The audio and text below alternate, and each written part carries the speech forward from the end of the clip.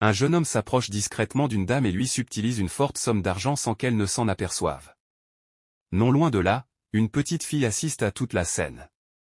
Restée d'abord figée par la surprise, elle prend son courage à deux mains, s'approche furtivement du voleur et réussit à lui retirer délicatement l'argent de la poche.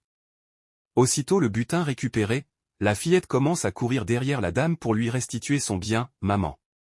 Maman, s'il vous plaît. » Mais la dame, totalement absorbée par un appel téléphonique important, ne lui prête aucune attention. La petite fille insiste, s'approche d'elle et tente de lui parler de vive voix. Très agacée qu'on l'interrompe, la fillette la rappelle une fois de plus.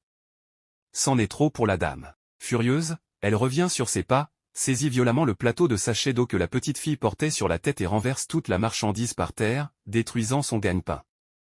La dame reprend sa route, indifférente, laissant la petite fille en larmes. Cette dernière réalise qu'elle s'est attirée de gros ennuis. Elle éclate en sanglots, désespérée, car l'eau qu'elle vend appartient à sa marâtre, une femme cruelle qui la maltraite au quotidien. Si elle rentre les mains vides et sans marchandises, son sort sera terrible. C'est alors qu'un monsieur de passage remarque la scène, s'approche de la fillette et lui demande gentiment, « Que se passe-t-il, ma petite? Pourquoi pleures-tu ainsi ?» Perdue dans ses larmes et étouffée par les sanglots, la petite fille répond difficilement, « C'est une dame qui a renversé et détruit toute ma marchandise, mais pourquoi a-t-elle fait une chose pareille ?» demande l'homme, indigné. « Parce que je voulais lui rendre son argent qu'on lui avait volé.